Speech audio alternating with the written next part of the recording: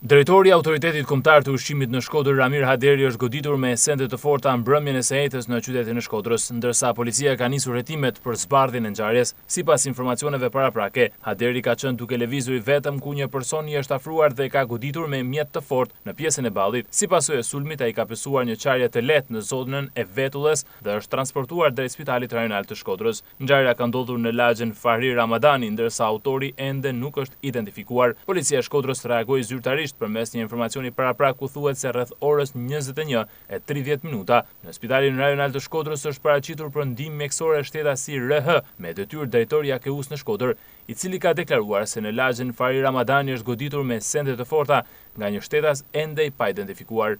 Ndërkohë, policia ka nisur hetimet për ngjarjen teksa po heton edhe kamerat e sigurisë si dhe përfshirjen apo jo edhe të personave të tjerë në këtë sulm. Gjatë muajve të fundit, AKU në Shkodër ka qenë në qendër të vëmendjes publike pas bllokimit të rreth 500 ton misër të dyshuar me substancën e rrezikshme aflatoksin, sasi që dyshohej se ishte futur për t'u tregtuar në tregun shqiptar.